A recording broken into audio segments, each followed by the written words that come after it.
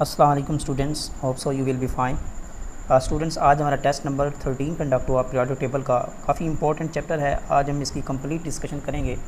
बहुत सारे क्वेश्चंस आते हैं यहाँ से जो एक्सेप्शनल बिहेवियर बेस्ड होते हैं, तो आज हम इनकी कंप्लीट अच्छे तरीके से डिस्कशन करेंगे और सुनते जाएँ और साथ साथ नोट्स भी बनाते जाएँ। तो स्टार्ट करते हैं। Question number 1, long form of periodic table was developed by. देखिए, जो long form of periodic table है, जिसको मॉडर्न पीरियोडिक टेबल भी कहा जाता है, इस पर काफ़ी सारे साइंटिस्ट का कंट्रीब्यूशन था, लेकिन जो मेन कंट्रीब्यूशन था वो मूजले का था, ठीक है, और इसके अलावा नील बोहर का था। लेकिन सबसे ज़्यादा ये जो क्वेश्चन आता है, काफ़ी सारा रिपीटेड क्वेश्चन भी है ये, तो आपने मूजले को प्रेफर करना है। तो Moseley is the correct option who develop the long form of periodic table. Next question है, the element having highest electron affinity. ये भी एक एक्सेप्शनल केस है इलेक्ट्रॉन एफिनिटी में। बहुत ही इंपॉर्टेंट क्वेश्चन है, काफ़ी दफ़ा एग्जाम में रिपीट भी हो चुका है। तो देखें, अगर हम जनरल ट्रेंड की बात करें तो इलेक्ट्रॉन एफिनिटी क्या करती है, फ्लोरीन से आयोडीन की तरफ डिक्रीज़ करती है। तो इट मीन फ्लोरीन की हाईएस्ट होनी चाहिए, क्लोरीन की लोएस्ट होनी चाहिए। लेकिन यहाँ एक एक्सेप्शन आती है कि क्लोरीन की जो इलेक्ट्रॉन एफिनिटी है ये ग्रेटर होती है as compare to the fluorine. इसकी रीज़न यही है कि जो फ्लोरीन का एटॉमिक साइज़ है वो बहुत ज़्यादा स्मॉल है। स्मॉल साइज़ होने की वजह से साइज़ इज़ वेरी लो, तो उसकी वजह से यहाँ जो इलेक्ट्रॉन का क्लाउड है वो बहुत ज़्यादा है, यानी कि थोड़ी जगह पे इलेक्ट्रॉन की रेशो अगर देखें तो वो ज़्यादा है as compare to the chlorine. तो उस थिक इलेक्ट्रॉनिक क्लाउड की वजह से जो इनकमिंग इलेक्ट्रॉन होता है जिसको उस एटम ने एक्सेप्ट करना होता है, यही तो इलेक्ट्रॉन एफिनिटी है, तो वो फिर इनकमिंग इलेक्ट्रॉन को वो एक्सेप्ट नहीं कर सकता, रिपेल्शन हो जाती है, जिसकी वजह से इसकी इलेक्ट्रॉन एफिनिटी होती है वो लो होती है as compare to the chlorine. तो ये इसकी मेन रीज़न है। नेक्स्ट क्वेश्चन है 3, which of the following is the least stable ion. इनमें से कौन सा लीस्ट स्टेबल आयन है। देखिए, अगर हम बात करें इन केस ऑफ बेरिलियम, ठीक है, तो बेरिलियम की अगर हम न्यूट्रल एटम की इलेक्ट्रॉनिक कन्फिग्रेशन की बात करें तो वो होती है 1s2 2s2 and this is the stable electronic configuration. तो ये इलेक्ट्रॉन को लूज़ ही नहीं करना चाहता। जब लूज़ ही नहीं करना चाहता तो जो चीज़ स्टेबल होती है और अगर जब वो आयनिक फॉर्म में जाती है तो वो उसके जो आयन होता है वो क्या बन जाता है, उसका आयन लेस स्टेबल होता है। क्या होता है? लेस स्टेबल होता है। तो stability is the directly proportional to the easier the acceptance of electron. जितना स्टेबल चीज़ का जो डॉटर आयन होता है वो जल्दी एक्सेप्ट करेगा इलेक्ट्रॉन को, उतनी ज़्यादा उसकी क्या होगी, स्टेबिलिटी होगी। तो सो करेक्ट ऑप्शन इज़ ए। इसी तरह नेक्स्ट क्वेश्चन है question number 4, correct order of radii. ये भी बड़ा इंपॉर्टेंट क्वेश्चन है, इलेक्ट्रॉनिक आइसो इलेक्ट्रॉनिक स्पीशीज़ में से हैं। अगर हम ए, सी और डी ऑप्शन को देखें तो यहाँ जो ऑर्डर है वो रेगुलर नहीं है, यानी कि इनकरेक्ट ऑर्डर है, जबकि बी जो है करेक्ट ऑप्शन है, because these are the isoelectronic species, fluoride, oxygen and nitrogen. और जब आइसो इलेक्ट्रॉनिक स्पीशीज़ की बात आती है तो उनमें सेम इलेक्ट्रॉन होती है, मीन 10 इलेक्ट्रॉन है, यहाँ भी 10 इलेक्ट्रॉन है, यहाँ भी 10 इलेक्ट्रॉन है, ठीक है। तो यहाँ इस केस में आइसो इलेक्ट्रॉनिक स्पीशीज़ के केस में जितना चार्ज ज़्यादा होगा, जितना न्यूक्लियर चार्ज उसके ऊपर ग्रेटर होगा, नेगेटिव चार्ज ग्रेटर होगा, उतनी ज़्यादा फिर इलेक्ट्रॉन की रिपल्शन ज़्यादा होती है, जिसकी वजह से साइज बहुत ज़्यादा होता है। तो सो करेक्ट ऑप्शन इज नाइट्रोजन, जिसके ऊपर 3 नेगेटिव चार्ज है तो इसका सबसे ज़्यादा, फिर ऑक्सीजन का, फिर सबसे कम फ्लोरीन का। इसी तरह अगर पॉजिटिव स्पीशीज़ होती, कीटाइंस होते in the case of electronic iso electronic species, तो उसमें से फिर साइज़ उसका ज़्यादा होता है जिसके ऊपर जो चार्ज होता है, ठीक है, वो लेस होता है, उसका साइज़ सबसे ज़्यादा होता है। नेक्स्ट क्वेश्चन है question number 5, which of the following pair does not show the diagonal relationship. Diagonal relationship को कौन शो नहीं करता। एक इंपॉर्टेंट बात शेयर करता चलूँ, जनरली जो डायगोनल रिलेशनशिप होता है ये सेकंड पीरियड और थर्ड पीरियड में देखा जाता है। सेकंड पीरियड के एलिमेंट देख लेते हैं, lithium, beryllium, boron, carbon, nitrogen, oxygen, fluorine. इस तरह थर्ड पीरियड की बात करें तो sodium, magnesium, aluminium, silicon, phosphorus, sulphur and chlorine.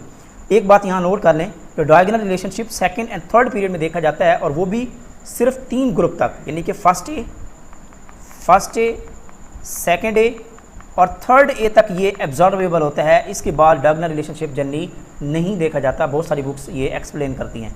तो लिथियम के बेरिलियम के साथ डायगोनल रिलेशनशिप है, बेरिलियम का एल्यूमिनियम के साथ और बोरॉन का सिलिकॉन तक। इसके बाद जो है आप कह लें कि ये जो एलिमेंट्स हैं ये एक दूसरे के साथ डायगोनल रिलेशनशिप शो नहीं करते। तो ये नोट कर लें, ये बड़ी इंपॉर्टेंट इन्फॉर्मेशन है, ठीक हो गया। तो अब आप देख लें, आप इजीली देख सकते हैं कि कौन सा डायगोनल रिलेशनशिप नहीं देखा। अब बेरिलियम और एल्यूमिनियम आप देखें, ये भी डायगोनल रिलेशनशिप में आ जाता है। लिथियम और मैग्नीशियम ये भी डायगोनल रिलेशनशिप में है, ठीक है। बोरॉन और सिलिकॉन ये भी डायगोनल रिलेशनशिप में है। ये जो बेरिलियम एंड नाइट्रोजन है, सोडियम है, सॉरी, बेरिलियम एंड सोडियम, तो ये कोई डायगोनल रिलेशनशिप नहीं है। So correct option is C. Next question है question number 6, an unknown element whose atomic number is 37 belongs to which period. देखिए इस पर मैंने एक डिटेल लेक्चर दिया है, नोट्स में भी इसकी डिस्कशन है। जब भी आपको कोई अननोन एलिमेंट गिवन हो तो आप उसका पीरियड फाइंड आउट कर सकते हैं, उसका ग्रुप बता सकते हैं और उसका ब्लॉक भी बता सकते हैं। तब बता सकते हैं जब आप उसकी इलेक्ट्रॉनिक कन्फिग्रेशन करेंगे। It depends on the electronic configuration. तो 37 एलिमेंट है, इसमें शॉर्ट इलेक्ट्रॉनिक कन्फिग्रेशन करके दिखा देता हूँ आपको। तो इसकी जो शॉर्ट इलेक्ट्रॉनिक कन्फिग्रेशन है, दिस इज द क्रिप्टॉन जिसका 36 होता है, और ये हो गया हमारे पास 5s1। This is the electronic configuration of 37 atomic number. अब आप देखें कि जो हमारे पास होता है, जो पीरियड होता है, पीरियड के लिए हमने कहा हुआ है कि जिस हाईएस्ट शेल में इलेक्ट्रॉन एग्जिस्ट करेगा, हाईएस्ट नंबर जो होगा वही उसका पीरियड होता है। तो इट मीन्स सबसे जो हाईएस्ट वैल्यू है इस इलेक्ट्रॉनिक कन्फिग्रेशन में वो 5 है, तो इसका पीरियड बन जाएगा 5। This is the 5th period. इसी तरह लास्ट इलेक्ट्रॉन जिस सब शेल में एग्जिस्ट करता है तो वो उसका सब शेल होता है। जिस तरह यहाँ एक लास्ट इलेक्ट्रॉन हमारे पास 1 है जो कि एस में एग्जिस्ट कर रहा है, तो इसका मतलब एस इसका हो गया ब्लॉक हो गया। ठीक हो गया, 5th पीरियड हो गया, एस ब्लॉक हो गया। अब ग्रुप की बात, ग्रुप का मैंने बड़ी डिटेल के साथ मैंने अपने नोट्स में शेयर किया हुआ है कि देखें अगर तो एस ब्लॉक है तो उसमें अगर एक इलेक्ट्रॉन होगा, एस में अगर एक इलेक्ट्रॉन है तो इट मीन फर्स्ट ग्रुप होगा। अगर एस में 2 इलेक्ट्रॉन है तो वो कौन सा ग्रुप होगा, सेकंड ग्रुप होगा। इसी तरह पी में चले जाएं, अगर वही लास्ट इलेक्ट्रॉन पी में एग्जिस्ट करता है, ठीक है, और उसमें पी में 1 इलेक्ट्रॉन है, अगर पी में 1 इलेक्ट्रॉन है तो फिर आपको क्या करना पड़ता है 12, क्योंकि ऑलमोस्ट उस पी से पहले की अगर हम बात करें तो 12 एलिमेंट मौजूद होते हैं, तो 12 + 1 कर दें तो इस मीन वो 13th ग्रुप से बिलोंग करता है। ठीक है, इस तरह पी में अगर 2 इलेक्ट्रॉन होंगे तो 12 + 2 कर दें तो वो 14th ग्रुप से बिलोंग करेगा। तो ये एक शॉर्ट ट्रिक है जो मैंने आप बड़ी एक्सप्लेनेशन की हुई है, बड़े अच्छे तरीके से अपने नोट्स में भी एक्सप्लेन किया हुआ, तो उन नोट्स को अच्छे तरीके से देखें। So correct option is C. Next question है question number 7, which orbital has poor shielding effect, S, P, D, F। तो सबसे जो पुअर शील्डिंग इफेक्ट है वो किसका है, वो F का है, बिकॉज एक तो F की जो फॉर्म होती है वो डिफ्यूज फॉर्म में होता है। किस फॉर्म में होता है, डिफ्यूज, मोर डिफ्यूज फॉर्म होती है इसकी, और इसके अलावा न्यूक्लियस पे जो इसकी अट्रैक्शन होती है, जो F में इलेक्ट्रॉन होता है वो बहुत दूर होता है, तो वो बहुत कम होती है, जिसकी वजह से इसका जो शील्डिंग इफेक्ट है वो क्या होता है, पुअर शील्डिंग इफेक्ट होता है। तो ये एक ऑर्डर है शील्डिंग इफेक्ट का, सबसे ज़्यादा S का होता है, देन P का, देन D का, और सबसे कम जो होता है वो किसका होता है, वो F का होता है। So correct option is D। Next question है question number 8, which of the following show more covalent character. तो सबसे ज़्यादा कोवेलेंट करैक्टर किस में देखा जाता है, देखिए covalent character you can decide on the basis of ionisation energy. Ionisation energy की वैल्यू पे भी आप डिसाइड करते हैं, और इसके अलावा जो सबसे इंपॉर्टेंट है वो है फजान रूल। तो फजान रूल कोवेलेंट करैक्टर को बहुत अच्छे तरीके से डिसाइड करता है। अगर तो आयोनाइजेशन एनर्जी की वैल्यू क्या होगी, ग्रेटर होगी, क्या इसमें आयोनाइजेशन एनर्जी का करैक्टर ज़्यादा होगा, तो वो कौन सा होगा, वो कोवेलेंट करैक्टर उसमें ग्रेटर होगा। नोट कर लें, उसमें क्या होगा, कोवेलेंट करैक्टर ग्रेटर होगा। जिस तरह अगर हम बात करें किसी ग्रुप को लें तो टॉप पे जो एलिमेंट्स है like lithium, sodium,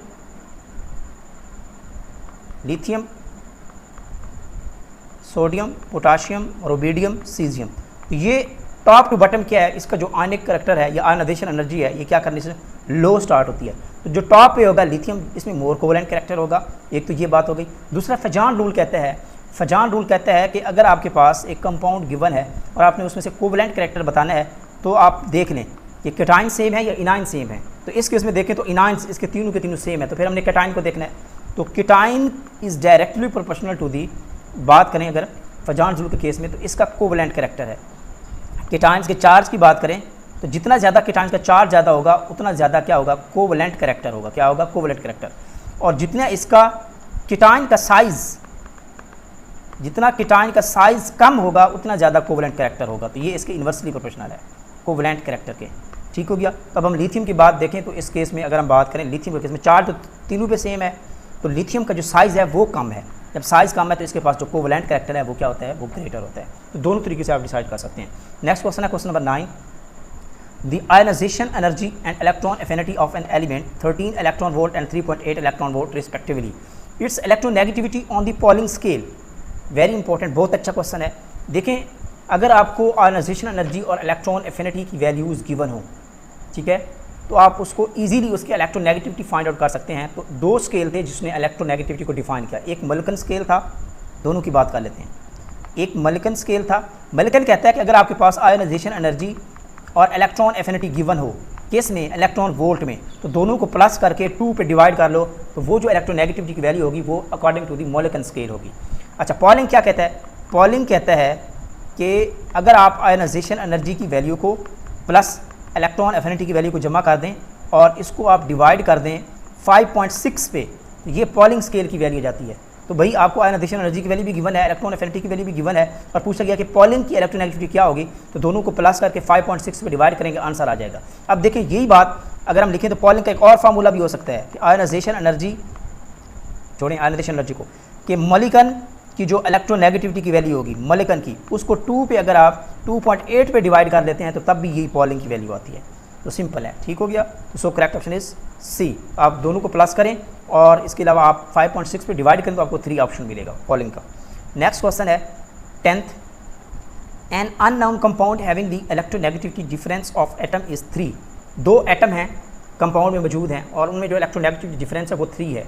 what will the percentage of ionic character, very important. ये भी कोई कैलकुलेशन वाला क्वेश्चन नहीं है, एक शॉर्ट ट्रिक है बहुत ही, ठीक है। जब भी आपको किसी भी कंपाउंड में आयनिक करेक्टर का बताया जाए और इलेक्ट्रोनेगेटिविटी डिफरेंस गिवन हो तो फिर लंबी चौड़ी कहानी नहीं है इसमें, तो सिंपल एक इक्वेशन यूज़ होती है और उस इक्वेशन का नाम है स्मिथ इक्वेशन। क्या इक्वेशन का नाम है? स्मिथ इक्वेशन है। According to the Smith equation, percentage of ionic character, ionic character की जो परसेंटेज होती है वो सिंपल कैलकुलेट की जाती है कि 16 मल्टीप्लाई डेल एक्स, मैं यहाँ रिप्रेजेंट कर देता हूँ electronegativity difference, this is the electronegativity difference, 16 multiply electronegativity difference plus 3.5 electronegativity difference का स्क्वायर, बस सिंपल फार्मूला है इलेक्ट्रोनेगेटिविटी डिफरेंस का स्क्वायर। तो भाई 16 मल्टीप्लाई इलेक्ट्रोनेगेटिविटी डिफरेंस दिया गया है 3 प्लस 3.5 और ये डेल्टा एक्स जो है इलेक्ट्रोनेगेटिविटी डिफरेंस वो है 3 का स्क्वायर। इस तरह 48 हो गया प्लस 3.5 ये 9 हो गया, इसको डिवाइड मल्टीप्लाई करें, ये 48 प्लस 31.5 हो जाएगा और ये टोटल बन जाएगा ऑलमोस्ट 79.5 जो कि अप्रॉक्सीमेटली 80% आ जाता है। तो correct option is D, 80%। Next question है 11, which metal has highest melting point in the periodic table. बहुत ही इंपॉर्टेंट इन्फॉर्मेशन है। देखिए अगर हम बात करें highest melting point in the periodic table, just element की बात करें तो वो है डायमंड, कार्बन की फॉर्म में, carbon in the form of diamond, उसका जो मेल्टिंग पॉइंट होता है वो सबसे ज़्यादा होता है। और कार्बन का जो मेल्टिंग पॉइंट होता है पीरियोडिक टेबल में सबसे ज़्यादा है और वो ऑलमोस्ट है 4027 degree centigrade, highest in the periodic table, वो एलिमेंट जिसका हाईएस्ट है। हाँ, और अगर बात कर दी जाए कि वो मेटल पीरियोडिक टेबल में जिसकी सबसे हाईएस्ट मेल्टिंग पॉइंट है तो वो है टंगस्टन। मेटल की अगर हम बात करें स्पेसिफिक तो उसका होता है मेल्टिंग पॉइंट, वो होता है 3422 डिग्री सेंटीग्रेड ऑलमोस्ट, ठीक हो गया। इसी तरह अगर हम बात करें कि वो मेटल जिसका लोएस्ट मेल्टिंग पॉइंट है पीरियोडिक टेबल में, जिसका लोएस्ट है वो है मरकरी और इसका होता है -38.83 डिग्री सेंटीग्रेड। और अगर बात की जाए कि वो element in the periodic table कि जिसका लोएस्ट मेल्टिंग पॉइंट है और वो है हीलियम और इसका मेल्टिंग पॉइंट होता है -272.2 डिग्री सेंटीग्रेड। तो ये काफ़ी इंपॉर्टेंट इन्फॉर्मेशन है जो आपने याद रखनी है। नेक्स्ट क्वेश्चन है 12, विच of the following is an amphoteric oxide. इनमें से कौन सा एम्फोटेरिक ऑक्साइड है? जिंक ऑक्साइड बड़ी फेमस MCQ है, काफ़ी दफ़ा रिपीट भी हो चुकी है। Zinc oxide is an amphoteric oxide और इसका मैंने शॉर्ट तरीका भी आपको बताया था कि आपने जब एम्फोटेरिक ऑक्साइड को याद रखना है तो वो था गैवोजू बेल सुन कर सब मन में आस्था लेड लेकर। ये वो एलिमेंट्स हैं जिनके जो ऑक्साइड्स हैं वो क्या बनाते हैं, वो एम्फोटेरिक ऑक्साइड्स बनाते हैं। तो इस तरह आपने शॉर्ट ट्रिक से उनको याद कर लेना है। तो कोई भी एलिमेंट इनमें से ऑक्साइड का आएगा तो आपने उसको अच्छे तरीके से देख लेना है, वो amphoteric oxide. Question number 13, which of the following may be expected to have highest ionisation enthalpy. देखिए स्टूडेंट, अगर हम फर्स्ट की बात करें इन केस ऑफ वेनेडियम, तो वेनेडियम की जो फर्स्ट आयनाइजेशन एनर्जी होती है वो आपके पास होती है आर्गॉन 3d4। इसी तरह मैंगनीज़ की बात करें तो मैंगनीज़ की जो फर्स्ट आयनाइजेशन एनर्जी बनती है वो आपके पास बनती है मैंगनीज़ की आर्गॉन 3d5 4s1। इसी तरह क्रोमियम की बात करें तो क्रोमियम की फर्स्ट बनेगी आर्गॉन 3d5 और 4s में कोई इलेक्ट्रॉन नहीं है, यानी कि 0 है। और इसी तरह आयरन की बात करें तो आयरन के केस में जो फर्स्ट आयनाइजेशन एंथैल्पी एनर्जी बनती है और वो बनती है 3d6 argon 3d6 and 4s1। अब देखें ये जो फर्स्ट आयनाइजेशन एनर्जी है इसके बाद हमने सेकंड की तरफ जाना है। कि सेकंड किसकी हाईएस्ट एनर्जी होगी, जहाँ से इलेक्ट्रॉन का रिमूवल डिफिकल्ट होगा वो हाईएस्ट सेकंड आयनाइजेशन एनर्जी होगी। तो इस केस में देखें तो यहाँ भी आपके पार्शली फील्ड इलेक्ट्रॉन है तो यहाँ से इलेक्ट्रॉन का रिमूवल भी ईजी है। इसी तरह मैंगनीज के केस में देखें तो एस में एक इलेक्ट्रॉन है तो यहाँ भी रिमूवल ईजी है। इस तरह आयरन के केस में देखें तो यहाँ भी एक इलेक्ट्रॉन है लास्ट शेल में, यहाँ से भी इलेक्ट्रॉन का रिमूवल ईजी है। लेकिन अगर क्रोमियम की बात करें तो आप देखें after the first removal of electron तो क्रोमियम के लास्ट शेल में डी में 5 इलेक्ट्रॉन मौजूद है and this is the half filled orbital. ये कौन सा है? Half filled orbital is the more stable as compare to the partially filled. अगर हम स्टेबिलिटी की बात करें तो सबसे ज़्यादा जो होता है जो फुल फील्ड होता है, फुल फील्ड वो ज़्यादा स्टेबल ऑर्बिटल होता है और उसके बाद हाफ फील्ड होता है और हाफ फील्ड के बाद फिर पार्शली फील्ड होता है। तो due to the half filled orbital this is the stable orbital और यहाँ से इलेक्ट्रॉन का रिमूवल डिफिकल्ट है, इसलिए जो सेकंड हाईएस्ट जो सेकंड आयनाइजेशन एंथैल्पी होगी वो क्रोमियम के केस में क्या होगी? ग्रेटर होगी।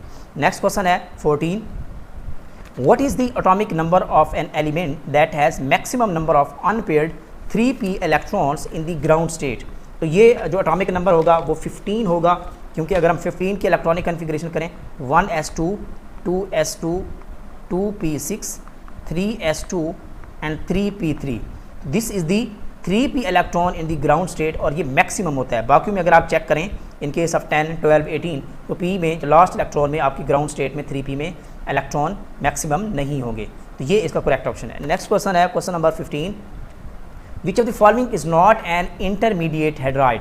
इनमें से कौन सा इंटरमीडिएट हेड्राइड नहीं है? मैग्नीशियम भी इंटरमीडिएट हेड्राइड बनाता है, इस तरह कैडमियम भी, इस तरह जिंक भी। तो calcium is not the intermediate hydride. तो इंटरमीडिएट हेड्राइड को भी याद रखने का मैंने आपको एक शॉर्ट ट्रिक बताया था और वो है बड़ी मज इन सीधी ज़मीन, बड़ी मज इन सीधी ज़मीन। Beryllium, magnesium, indium, cadmium, zinc, इनके जो हेड्राइड होंगे वो क्या होंगे? इंटरमीडिएट हेड्राइड होंगे, बड़ी मज इन सीधी ज़मीन। शॉर्ट ट्रिक है, इसको नोट कर लें। नेक्स्ट क्वेश्चन है 16, विच of the following has lowest hydration energy? इनमें से किसके पास लोएस्ट हाइड्रेशन एनर्जी है? तो देखिए इन केस में देखें तो इनका चार्ज का जो करैक्टर है वो बहुत ज़्यादा ग्रेटर है, charge to size ratio greater है, तो इनकी जो हाइड्रेशन एनर्जी है वो क्या है? वो ग्रेटर है। जबकि आयोडीन के केस में इसका जो चार्ज का फैक्टर है वो बहुत लोएस्ट है, ठीक है, और इसकी जो हाइड्रेशन एनर्जी होती है वो क्या होती है? वो लो होती है। अगर आप इनकी वैल्यूज़ की बात करें तो एल्यूमिनियम के केस में ये ऑलमोस्ट हाइड्रेशन एनर्जी की वैल्यू होती है 4613 होती है, मैग्नीशियम की होती है 1891 होती है, कैल्शियम की होती है ऑलमोस्ट 1562 होती है और आयोडीन की जो हाइड्रेशन एनर्जी होती है ये 307 किलो जॉल पर मोल होती है। तो ये इनकी वैल्यूज़ है। Lowest is iodide. Next question है 17,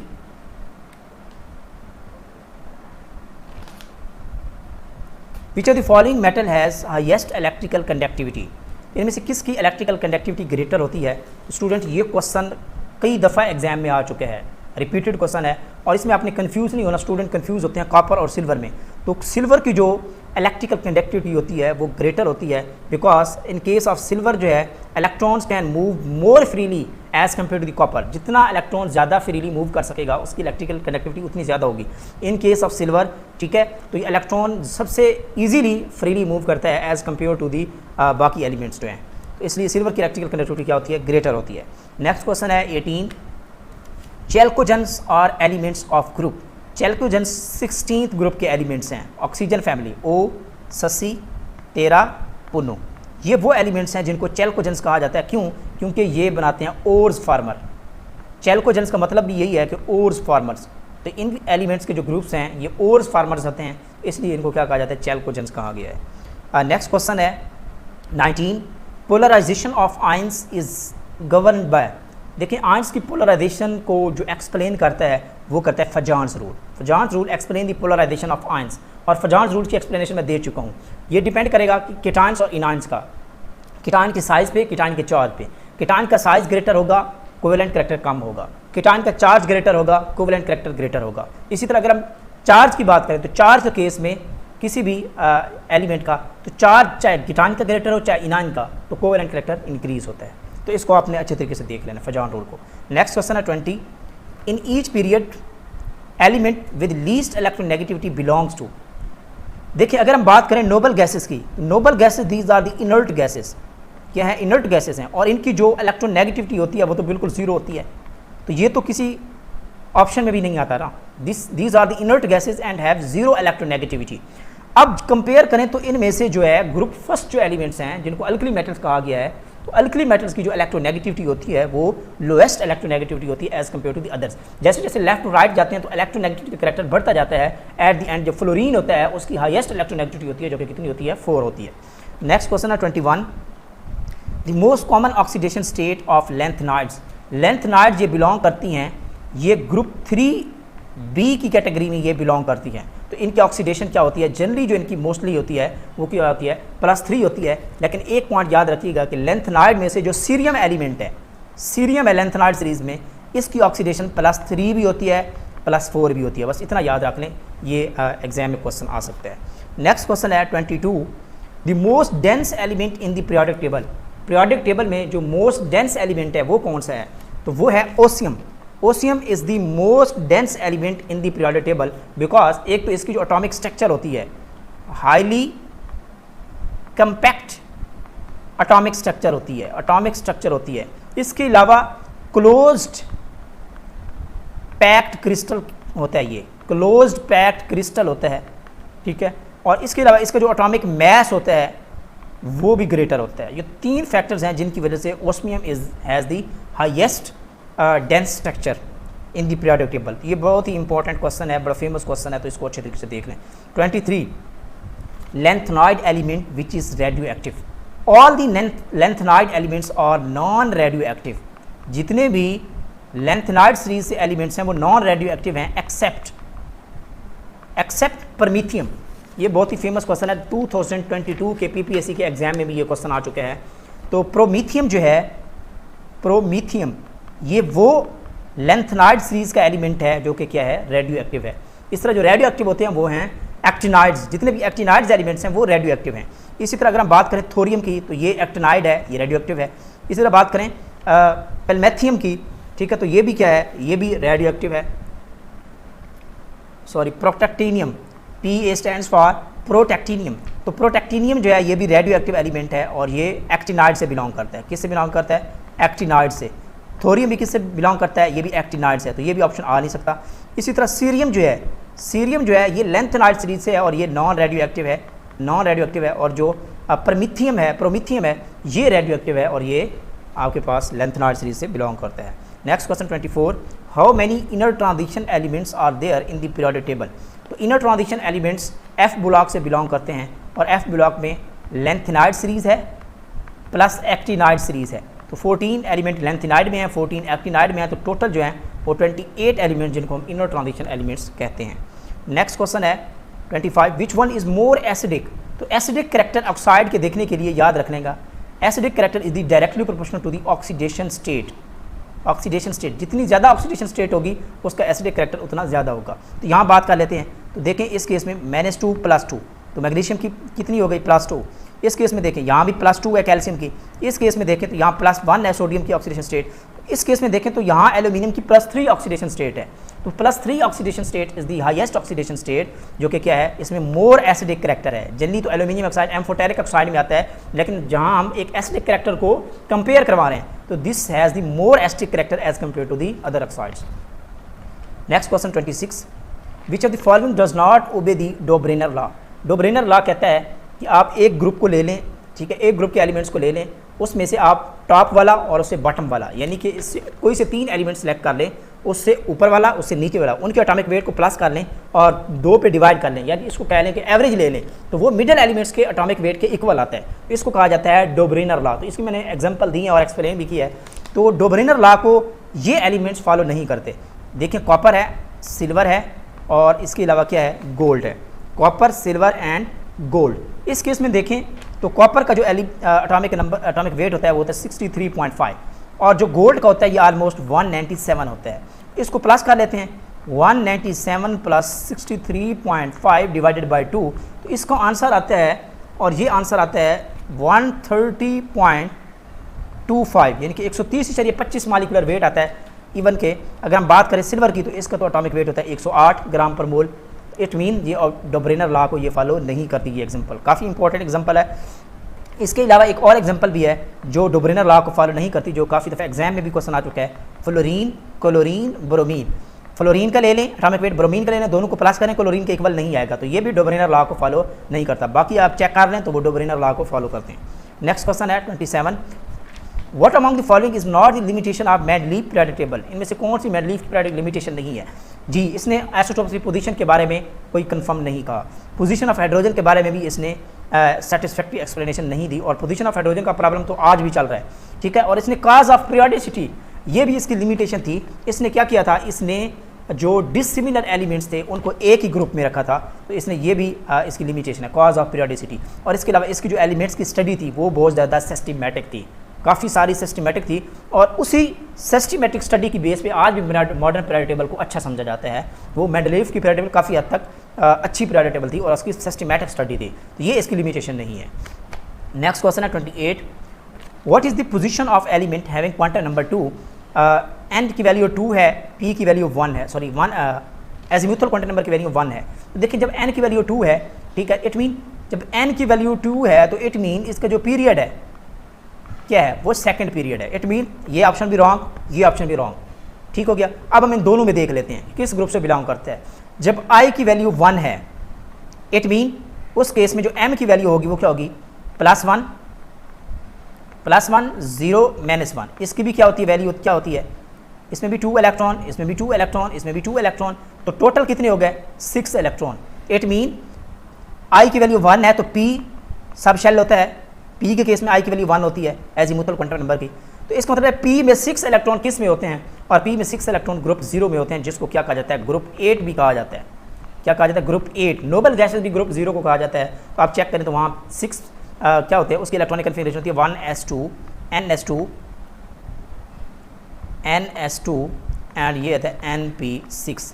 तो इसमें ऑक्टेट रूल क्या होता है, कंप्लीट होता है इन केस ऑफ नोबल गैसेस। तो ये इसका करेक्ट ऑप्शन ए है। नेक्स्ट क्वेश्चन है 29, विच of the following element has greater radius, इनमें से किसका रेडियस ग्रेटर होगा। देखिए इस इन केस में अगर देखे जाए, अगर जनरल ट्रेंड की बात करें तो रेडियस लेफ्ट टू राइट क्या करता है, लेफ्ट टू राइट डिक्रीज करता है। तो इट मीन जो डिक्रीज जब करता है तो इट मीन्स आर्गॉन का सबसे कम होना चाहिए, आर्गॉन का सबसे कम होना चाहिए। लेकिन हमने एक रीज़न पढ़ी थी कि आर्गॉन के पास जो रेडियस है वो है वंडरवाल रेडियस, और वंडरवाल रेडियस की जो वैल्यू होती है वो ग्रेटर होती है, तो इसलिए आर्गॉन का रेडियस सबसे ग्रेटर होगा। जब भी आपने किसी एक ही पीरियड की बात करनी है तो नोबल गैस की जो एटॉमिक साइज होगा वो अपने पीरियड के बाकी तमाम एलिमेंट से क्या होगा, ग्रेटर होगा, and this is the exceptional case due to the van der Waals radius. ये नोट कर लें। नेक्स्ट क्वेश्चन है 30, लास्ट क्वेश्चन है, first ionization potential value of magnesium. Magnesium के first ionization potential ionization energy की वैल्यू क्या होगी। सिंपल देखिए हमने एफएससी में पढ़ा हुआ है कि मैग्नीशियम की जो फर्स्ट आयनाइजेशन एनर्जी की वैल्यू होती है, और वो कितनी होती है, वो होती है 738 किलो जॉल पर मोल, किलो जॉल पर mole. This is the first ionization energy of magnesium, ठीक हो गया। तो अब यहाँ जो वैल्यूज़ हैं किलो जॉल पर मोल में 738 नहीं दी गई, ठीक है। तो हमने इसको क्या करना होता है, इलेक्ट्रॉन वोल्ट पर एटम में कन्वर्ट करना है। तो मैंने आपके साथ जिक्र भी किया था कि आयनाइजेशन एनर्जी के 3 यूनिट्स होते हैं, किलो जॉल पर मोल में आप मेजर कर सकते हैं, किलो कैलोरी पर मोल में भी मेजर कर सकते हैं, और तीसरा है इलेक्ट्रॉन वोल्ट पर एटम, जो कि सबसे बड़ा यूनिट है इसका, सबसे लोएस्ट किलो जॉल है। फिर आप उसको किलो कैलोरी में भी कन्वर्ट कर सकते हैं। अगर आप किलो जॉल पर मोल की वैल्यू को 4.18 पे डिवाइड कर देते हैं तो आपको किलो कैलोरी पर मोल की वैल्यू मिल जाती है। अगर आप किलो जॉल पर मोल की वैल्यू को अगर आप डिवाइड कर देते हैं 96.6 वैल्यू से, 96.5 है, तो ये वैल्यू आपकी आ जाती है, किस में आ जाती है, इलेक्ट्रॉन वोल्ट पर एटम में आ जाती है। तो 738 को आप डिवाइड करें 96.6 पे, तो ये आपको वैल्यू मिल जाएगी 7.65 इलेक्ट्रॉन वोल्ट पर एटम। तो ये यूनिट्स की कन्वर्जन है, तो करेक्ट ऑप्शन इज बी। तो ये थी आज की हमारी डिस्कशन। पीरियोडिक टेबल का काफ़ी इंपॉर्टेंट चैप्टर है, काफ़ी सारे एक्सेप्शनल केसेस हैं और बहुत ही इंपॉर्टेंट और अच्छा चैप्टर है, तो आप इसके कॉन्सेप्ट्स क्लियर करें। इंशाल्लाह मिलते हैं नेक्स्ट वीडियो में। अपना ख्याल रखिए, अल्लाह हाफिज़।